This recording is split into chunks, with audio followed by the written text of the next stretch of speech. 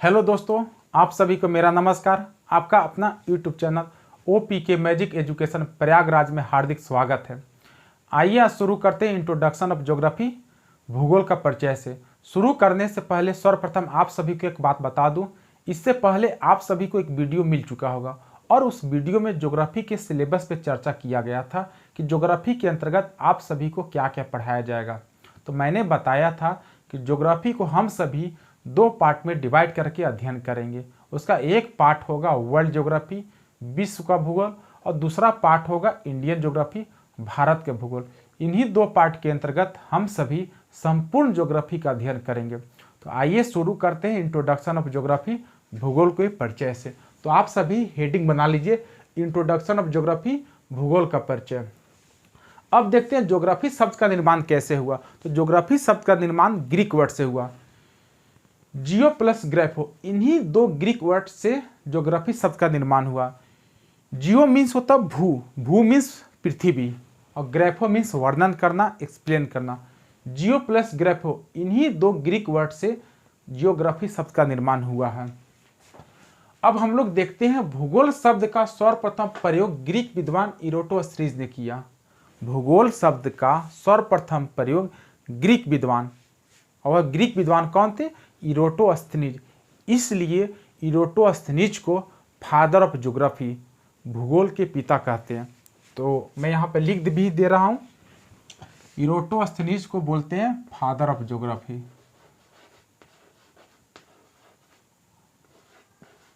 Father of geography, भूगोल के पिता।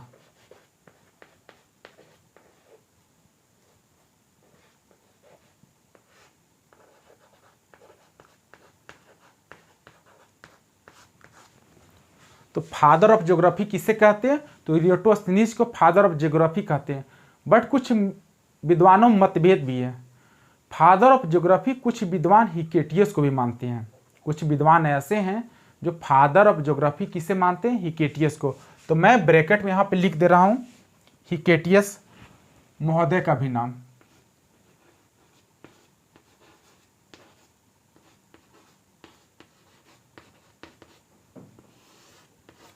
अगर एग्जाम में फादर ऑफ ज्योग्राफी पूछे तो आपको इरोटोस्थनीज को ही टिक मारना। अगर ऑप्शन में इरोटोस्थनीज मिले ही नहीं तब आप सभी हिकेटियस को टिक करेंगे। ठीक है। अब अगला प्रश्न देखते हैं, आधुनिक भूगोल का जनक किसे कहा जाता है? तो आधुनिक भूगोल का जनक अलेक्जेंडर वान हम्बोल्ट को कहा जाता है। आधुनिक भूगोल का जनक, मॉडर्न ज्योग्राफी ऑफ फादर किसे कहते हैं? अलेक्जेंडर वान हम्बोल्ट को कहते हैं। इनके प्रसिद्ध पुस्तक, प्रसिद्ध रचना है कोस्मोस, और कोस्मोस का हिंदी होता ब्रह्मांड। अलेक्जेंडर वान हम्बोल्ट ही थे जिसने पनामा नहर को निर्माण करने का विचार दिया गया था। यह पनामा नहर प्रशांत महासागर और अटलांटिक महासागर को जोड़ता है और यह दो महाद्वीप को अलग करता है। वह दो महाद्वीप कौन कौन सा? तो एक उत्तरी अमेरिका और दक्षिणी अमेरिका महाद्वीप को अलग कौन सा नहर करता? तो पनामा नहर। तो पनामा नहर बनाने का विचार सर्वप्रथम किसने दिया था? तो अलेक्जेंडर वान हम्बोल्ट साहब ही ने दिया था। अब अगला प्रश्न देखते हैं, मानव भूगोल के पिता किसे कहा जाता?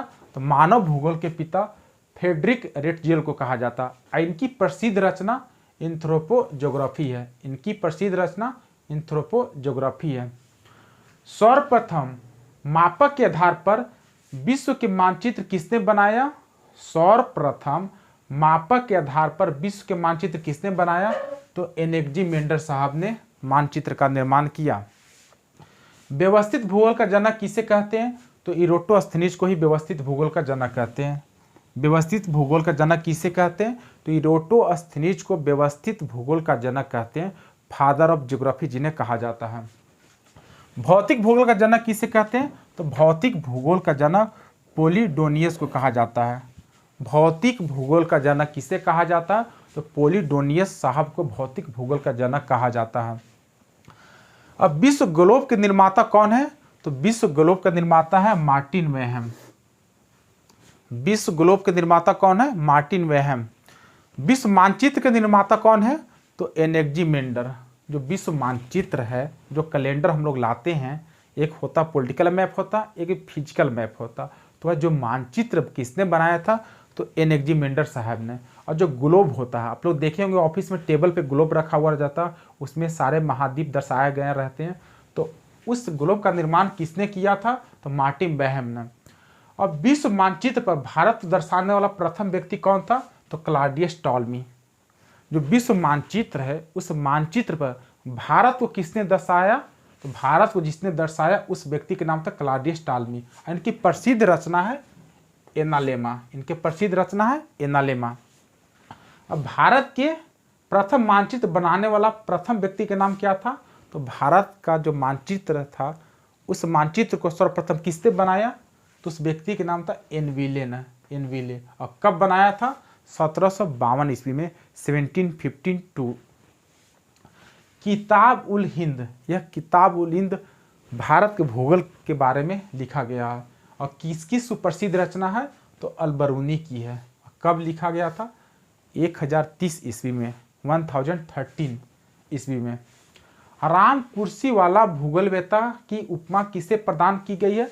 तो आराम कुर्सी वाला भूगोलवेता की उपमा किसे प्रदान की गई है? तो कार्ल रिटर साहब को। इनकी प्रसिद्ध पुस्तक है अर्धकुंडे। मैंने इंग्लिश में लिख दिया अर्धकुंडे। विश्व के मानचित्र पर सर्वप्रथम देशांतर रेखा खींचने का प्रयास किसने किया? तो हेरोडोटस ने। जो विश्व के मानचित्र है, सर्वप्रथम देशांतर रेखा को खींचने का प्रयास किसने किया? हेरोडोटस। और हेरोडोटस को ही फादर ऑफ हिस्ट्री, इतिहास का पिता कहते हैं। इतिहास का पिता किसे कहते हैं? हेरोडोटस साहब को ही इतिहास का पिता कहा जाता है, फादर ऑफ हिस्ट्री। अब देशांतर रेखा क्या होता है तो उसके बारे में जान ले। एक ग्लोब है, ठीक है,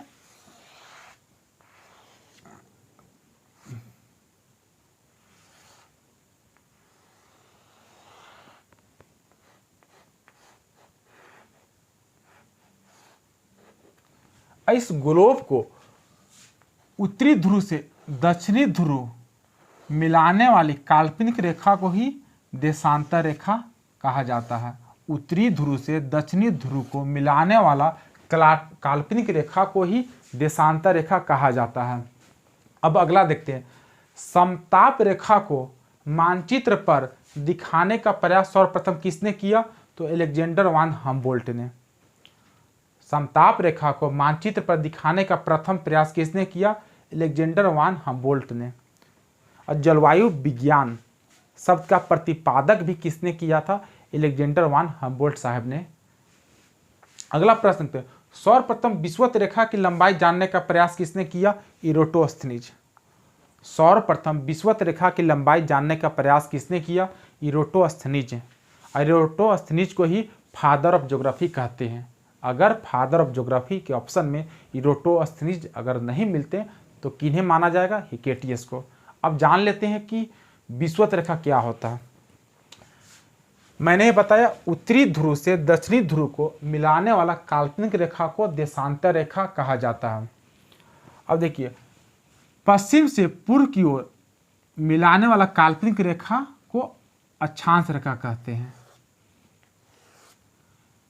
अब पृथ्वी के जो बीच में मध्य में जो अक्षांश रेखा गुजरी है, उस अक्षांश रेखा को 0 डिग्री नाम दिया गया है।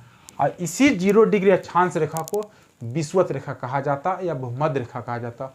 भूमध्य यानी भू मीन्स पृथ्वी, पृथ्वी के मध्य से गुजरने वाली रेखा को भूमध्य रेखा या विषुवत रेखा कहा जाता है। तो 0 डिग्री अक्षांश रेखा को ही विषुवत रेखा या भूमध्य रेखा कहा जाता है, जिसको इंग्लिश में बोलते हैं इक्वेटर लाइन। यह आज इंट्रोडक्शन ऑफ ज्योग्राफी परिचय से था। अब आप लोग के अगला टॉपिक पढ़ाएंगे कॉस्मोस या यूनिवर्स के बारे में, ब्रह्मांड के बारे में। तब तक के लिए जय हिंद, जय Bharat. Thank you so much.